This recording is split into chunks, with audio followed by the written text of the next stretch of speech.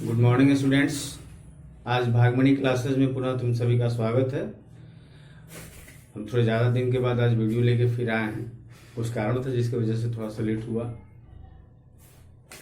आज हम सिलेबस को आगे बढ़ाते हुए हिस्ट्री का पहला चैप्टर का दूसरा वीडियो आज हम देखने जा रहे हैं, जिसका नाम है यूरोप में राष्ट्रवाद।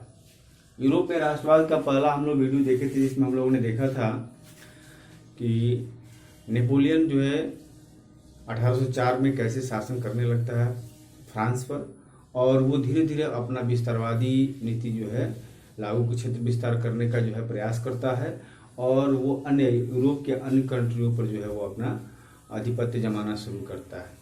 उसकी कुछ नीतियां थी जिसको लोग लाइक करते थे, इसलिए लोग उसको आमंत्रित भी करते थे कि आइए हमारे राष्ट्र में भी आइए। वहाँ के कुछ लोग जो है राष्ट्रवाद के समर्थक होकर के इसको अपने पास बुलाते थे ताकि वो हमारे यहाँ आए और वो आकर के जो है हमारे देश में शासन व्यवस्था को सुधारें। लेकिन उसके पीछे उसके कुछ रीजन थे, कुछ राज छिपे हुए थे, जिसमें वो चाह रहा था कि हमारा क्षेत्र विस्तार हो और हम लोगों को कुछ नीतियों का लोभ दिखा करके हम उनके पर शासन करने लगे। यही उसका मेन रीजन था। मैंने पिछले वीडियो में आप लोगों को ये बताया था बात, और इस मेन रीजन के वजह से इस बात को धीरे धीरे लोगों ने जान गया कि जो नेपोलियन बोनापार्ट है वो उसका लक्ष्य कुछ और है, दिखाता कुछ और है। जिसके चलते जब इटली में एकीकरण की बात चल रही थी, इटली में नेपोलियन बोनापार्ट को आमंत्रित किया गया और वहाँ पर वो सत्ता परिवर्तन का प्रयास कर रहा था। उसी समय लोगों के मन में इस तरह की भावना जागी कि भाई लोग ये जो है नेपोलियन बोनापार्ट जो है हमारे ऊपर शासन करेगा और ये नीतियों का लोभ दिखा करके हम लोगों पर जो है लास्ट में चल के दुराचारी शासन का प्रभाव वो डालेगा। इस तरीके से सबसे पहले इटली से इसका विरोध शुरू होता है और जर्मनी में भी इसका काफ़ी हद तक विरोध होता है। जो लगभग 40 छोटे छोटे राज्यों में जर्मनी बटा हुआ था, छोटे छोटे क्षेत्रों में बटा हुआ था, और उन 40 छोटे छोटे क्षेत्रों के लोगों ने एक साथ एक आवाज़ में आकर के नेपोलियन का जो विरोध किया। तो आप ये समझ सकते हैं कि राष्ट्रवाद है। मैंने राष्ट्रवाद का परिभाषा जो बताया था पहले वीडियो में, उसके अनुसार हमें मान जाएंगे कि हम देख रहे हैं कि भाई जब 40 छोटे छोटे क्षेत्र के लोग एक ही आवाज़ में नेपोलियन का विरोध करें और नेपोलियन को वहाँ से भगाने की कोशिश करें, तो ये निश्चित रूप से राष्ट्रवाद है। ठीक है, तो ये राष्ट्रवाद जो उत्पन्न हो रहा है वो राष्ट्रवाद के कितने रूप थे। कुछ राष्ट्रवादी लोग जो है जो थे उनके अलग अलग मंतव्य थे। वो लोग अलग अलग लक्ष्य लेकर के राष्ट्र को जो है नव राष्ट्र का निर्माण करना चाहते थे और राष्ट्रवादी गतिविधियों को जो है वो शुरू कर रहे थे। जिसमें आइए हम देखते हैं सबसे पहले उदारवादी राष्ट्रवाद। उदारवादी जो राष्ट्रवाद है, उदारवादी राष्ट्रवाद से हम क्या समझते हैं। उदारवादी शब्द जो है वो लैटिन भाषा के लिबर शब्द से आया है। लैटिन भाषा के लिबर शब्द से, जिसका अर्थ होता है आज़ाद, यानी कि इससे स्पष्ट हो रहा है कि उदारवादी राष्ट्रवाद का मतलब है, उदारवादी राष्ट्रवादी जो लोग थे, इस राष्ट्रवाद में जो लोग शामिल थे, जिस विचारधारा से आगे बढ़ रहे थे, वो चाह रहे थे कि अगर हमारा देश स्वतंत्र हो तो उसमें क्या हो, सबसे पहले जो है व्यक्ति की स्वतंत्रता का जो है ध्यान रखा जाए। स्वतंत्रता जो है सबसे प्रमुख होनी चाहिए। उसके बाद कानून के नज़र में सबको जो है एक समान जो है देखा जाए, समानता रहनी चाहिए। उसके बाद क्या है, निरंकुश राजतंत्र का विरोधी होना चाहिए। जो निरंकुश राजतंत्र है तो उसका विरोध होना चाहिए। प्रजातंत्र के पक्षधर थे, वो चाह रहे थे कि प्रजातंत्र को लागू किया जाए, जो उदारवादी राष्ट्रवाद के थे। ठीक है, प्रतिनिधित्व सरकार का वो समर्थक थे। प्रतिनिधि सरकार जो आए, जनता प्रतिनिधित्व करे, वो ऐसी सरकार को यहाँ आना चाहिए। उसके बाद निजी संपत्ति की सुरक्षा जो है ये चाहते थे। कौन? राष्ट्रवादी उदारवादी राष्ट्रवाद। मुक्त व्यापार के भी समर्थक थे। वो चाह रहे थे कि मुक्त व्यापार हो। मुक्त व्यापार से क्या तात्पर्य? मुक्त व्यापार से तात्पर्य है कि सरकार हमसे टैक्स जरूर ले, लेकिन हम मुक्त रूप से व्यापार करें, जहाँ चाहें जैसे चाहें वैसे करें। हमारे व्यापार पे टैक्स जरूर ले, लेकिन मुक्त व्यापार हो, हम स्वेच्छा से अपने व्यापार को जो है कर सकें। किसके साथ करना है, कहाँ करना है, वो हम पर निर्भर करे, न कि सरकार उस पर हम पर दबाव दे। तो ये मुक्त व्यापार हुआ। प्रेस की स्वतंत्रता, एक और इसमें सबसे इम्पोर्टेंट बात है प्रेस की स्वतंत्रता। उसमें जो है पहले जो राजा थे वो प्रेस पर अंकुश लगाए हुए थे, प्रेस को जो है अपने अधीन रखे हुए थे कि जो हम कहेंगे वही छापना है, जो नहीं कहेंगे उसको नहीं छापना है।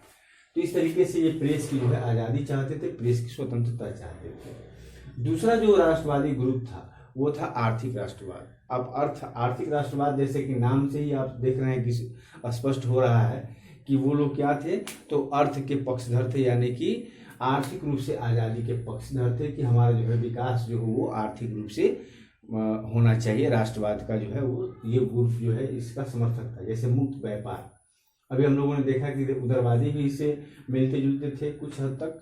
तो ये मुक्त व्यापार के पक्षधर थे, यानी कि व्यापार जो हो उस पर हम टैक्स जरूर दें, लेकिन हमको जो है मुक्त रूप से व्यापार करने का व्यवस्था मिलना चाहिए। व्यापार को राजकीय नियंत्रण में न रहने देना चाहिए। व्यापार जो है राजकीय नियंत्रण में न होकर के स्वतंत्र रहे। ऐसा नहीं कि राजकीय नियंत्रण में रहे कि जहाँ राजा कहे वहाँ हाट लगे, जहाँ आपको कहे वहाँ ले आके बेचना है, इस तरीके की व्यवस्था नहीं होनी चाहिए। तो ये हुआ आर्थिक राष्ट्रवाद का। तीसरा जो होता है, अब देखिए इसमें जो सहायक तत्व थे, राष्ट्रवाद के सहायक तत्व क्या बन करके, हमने अभी देखा कि नेपोलियन के चलते जर्मनी में लगभग 40 छोटे छोटे राज्यों के लोगों ने, क्षेत्रों के लोगों ने आपस में मिल करके राष्ट्रवाद का परिचय दिया। तो इस राष्ट्रवाद के लिए सहायक जो तत्व हुए वो कौन कौन से सहायक तत्व आए उसके बारे में हम लोग जानेंगे। जैसे सबसे पहले है कुलीन वर्ग का आर्थिक एवं सामाजिक रूप से प्रभावी होना।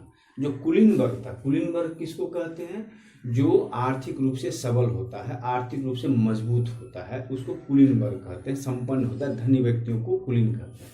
तो कुलीन वर्ग के जो व्यक्ति थे वो आर्थिक और सामाजिक दोनों रूप से क्या थे, और समाज में अपना प्रभाव डाले हुए। तो सरकार को बनाने में राजा को या सरकार जो बनती थी उस पर वो अपना प्रभाव डालते थे, रुपये पैसे से उनकी मदद करते थे, और फिर अपनी बातों को वो जैसा चाहते थे वैसे मनवा लिया करते थे राजा से या जो सरकार रहती थी उससे।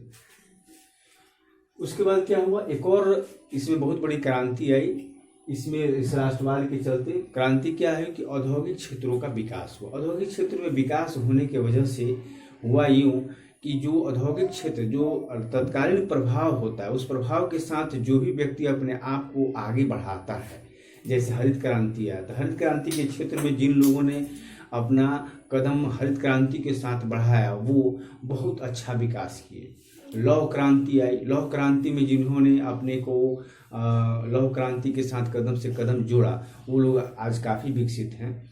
वैसे ही जो औद्योगिक क्रांति से जो लोग जुट गए, औद्योगिक क्षेत्रों से जो लोग जुट गए उनका काफ़ी विकास हुआ, लेकिन इतना विकास भी नहीं हुआ कि वो कुलीन वर्ग में पहुंच जाए। लेकिन वो जो शोषित वर्ग था, मजदूर वर्ग था, दो तरह का पहले वर्ग था, एक था कुलीन वर्ग और दूसरा था मजदूर वर्ग, जिसको शोषित वर्ग भी हम लोग कहते हैं।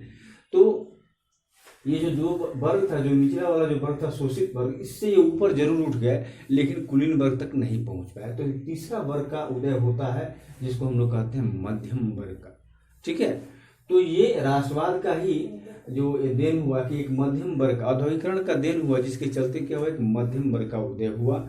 और ये मध्यम वर्ग जो है क्या करता था, ये जो शोषित वर्ग के लोग थे इनकी नीतियों से भली भांति परिचित हो जाते थे, और वो क्या करते थे, इनको बताते थे कि भाई जो कुलीन वर्ग के लोग हैं वो कौन कौन से चाल चल रहे हैं, सरकार को किस तरीके से मदद करके और वो कैसे हमारा शोषण कर रहे हैं। सरकार को 5 रुपये टैक्स देते हैं और आपसे 20 रुपये टैक्स वसूलते हैं। इस तरीके से वो जो है क्या किए, शोषित वर्ग और कुलीन वर्ग के बीच में एक कड़ी का काम किए, और इनका ये मध्यम वर्ग का उदय होना राष्ट्रवाद के लिए काफ़ी सहायक हुआ, और इनकी नीतियों को जो है इन लोगों ने काफ़ी हद तक समझाया, जिससे ये लोग अपना भगवान मान बैठते थे कभी कभी परिस्थितिवश। वो भगवान न समझ करके इनकी चालों में आ गए, इनकी चालों को समझ गए कि हाँ भाई ये जो है चाल चल करके हमको फंसा रहे हैं, ये हमारा विकास नहीं करना चाह रहे हैं, ये हमको बर्बाद करने में लगे हुए हैं। ठीक है, और ये जो है मजदूर वर्ग को मध्यम वर्ग का संरक्षण मिलने लगा। मध्यम वर्ग का जो है इनसे काफी जो है संरक्षण मिलता था। जब भी कुलीन वर्ग जो है क्या करते थे, शोषित वर्ग को सताना चाहते थे या अपमानित करना चाहते थे या ज्यादा टैक्स देने के लिए मजबूर करना चाहते थे, तो उसमें मध्यम वर्ग जो है वो हस्तक्षेप करता था और इनको एक प्रोटेक्शन का काम दिया करता था, जिससे ये लोग इसके बातों को वो मानने लगे और मध्यम वर्ग के उसका उकसावे में आकर के क्या होता है, फिर राष्ट्रवाद का कदम जो है काफी तेजी से आगे बढ़ता है। एक और है रूमानीवाद। रूमानीवाद क्या होता है? रूमानीवाद है जैसे कि हम कभी किसी चीज को प्रचार प्रसार के लिए हम जगह जगह नुक्कड़ नाटक वगैरह कर करके हम लोगों को बताते हैं, ज्ञान देते हैं। जैसे मान लीजिए कि बहुत सारे एनजीओ के कार्यक्रम होते हैं जिसमें जैसे एड्स से संबंधित लोगों को जानकारी देना, मलेरिया रोग से संबंधित जानकारी देना, या अभी आपको कोविड-19 आया है तो जगह जगह आपको सुरक्षा के लिए क्या क्या काम करना चाहिए, नुक्कड़ नाटक करके लोग जो है समझा रहे हैं। वैसे ही वहाँ पर राष्ट्रवाद को बढ़ावा देने के लिए, राष्ट्रवाद के पक्ष में लोगों को और जोड़ने के लिए जगह जगह नुक्कड़ नाटक कर करके और लोगों को ये ज्ञान दिलाया जाता था, बताया जाता था कि कैसे हमारे जो ये कुलीन वर्ग के लोग हैं वो हमारे कैसे हमारा शोषण कर रहे हैं और कैसे हमको जो है उनका विरोध करना है और किस तरीके से हमको जो है राष्ट्र के निर्माण के लिए सहायक होना है। ठीक है। उसके बाद आइए एक जाल्वेराइन संस्था, इसके बारे में हम जानते हैं। जाल्वेराइन क्या है? एक प्रसा देश है, वर्तमान में ये प्रसा देश है, लेकिन उस समय देश नहीं था, एक विशाल क्षेत्र था, लेकिन एक देश के रूप में दर्जा उसका उस समय प्राप्त नहीं था। तो प्रसा के द्वारा 1834 में व्यापारियों के संरक्षण के लिए, व्यापारियों को ज़्यादा से ज़्यादा संरक्षण हो सके और वो मुक्त व्यापार कर सके, इस दृष्टिकोण से प्रसा ने एक संस्था बनाया था ताकि वो जो है मुक्त व्यापार और व्यापारियों का संरक्षण दे सके। तो ये संस्था जाल्वेराइन के नाम से जाना जाता है। और इसका निर्माण कब हुआ था, इस संस्था का गठन कब हुआ था? तो 1834 ईस्वी में हुआ था। ये संस्था क्या करता था? शुल्क का जो निर्धारण था, एक संघ था, उस संघ के माध्यम से शुल्क का निर्धारण होता था कि कहाँ पर व्यापारियों को कितना शुल्क देना है।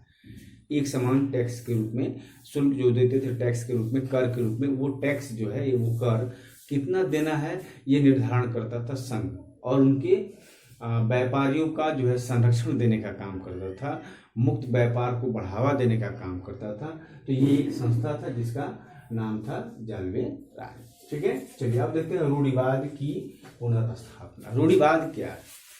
अगर हम कोई पुरानी व्यवस्था को पुनः लागू करना चाहते हैं, जैसे मान लीजिए कि आपके घर में पहले लकड़ी से खाना बनता था और आपके पिताजी ने उसको जो है गैस जो है खरीद दिया और गैस पे आप खाना बनना शुरू हो गया है, तो आप अगर आए तो आपने कहा कि नहीं, पुनः जो है लकड़ी पे ही खाना बनेगा, लकड़ी का खाना स्वादिष्ट होता है, या विभिन्न तरह के आपने कारण बताए जिसकी वजह से लकड़ी पे ही खाना बनाना शुरू कर दिया। तो इस तरह की जो व्यवस्था हुई है रूढ़िवादी व्यवस्था, हम एक उदाहरण के रूप में ले सकते हैं। यानी कि रूढ़िवादी व्यवस्था का मतलब हुआ कि हम पुरानी व्यवस्था को पुनः लागू करें।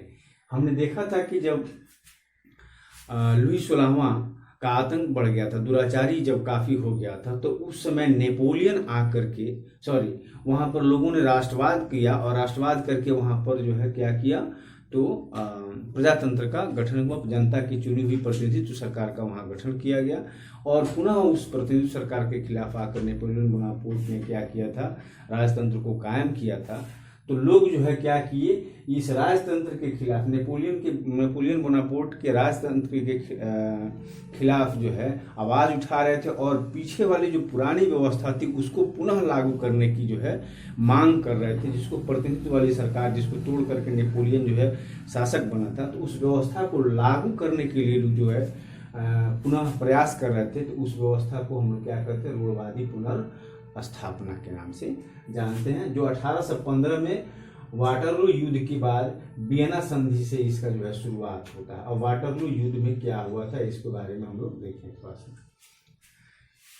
हमने आपको पिछले वीडियो में बताया था कि नेपोलियन बोनापार्ट क्या करता था, फ्रांस में सत्ता काबिज करने के बाद वो धीरे धीरे पूरे यूरोप में अपना पांव पसार रहा था, लेकिन जब उसकी मंशा से सभी लोग परिचित हो गए तो उसको जो है रोकना चाह रहे थे और वो अपना क्षेत्र विस्तार करना चाहता। इसी क्रम में एक यूरोप के सबसे शक्तिशाली देश उस समय जो इंग्लैंड था, उससे इसका पाला पड़ता है और वो उसको कब्जा करना चाहता है नेपोलियन बोनापार्ट।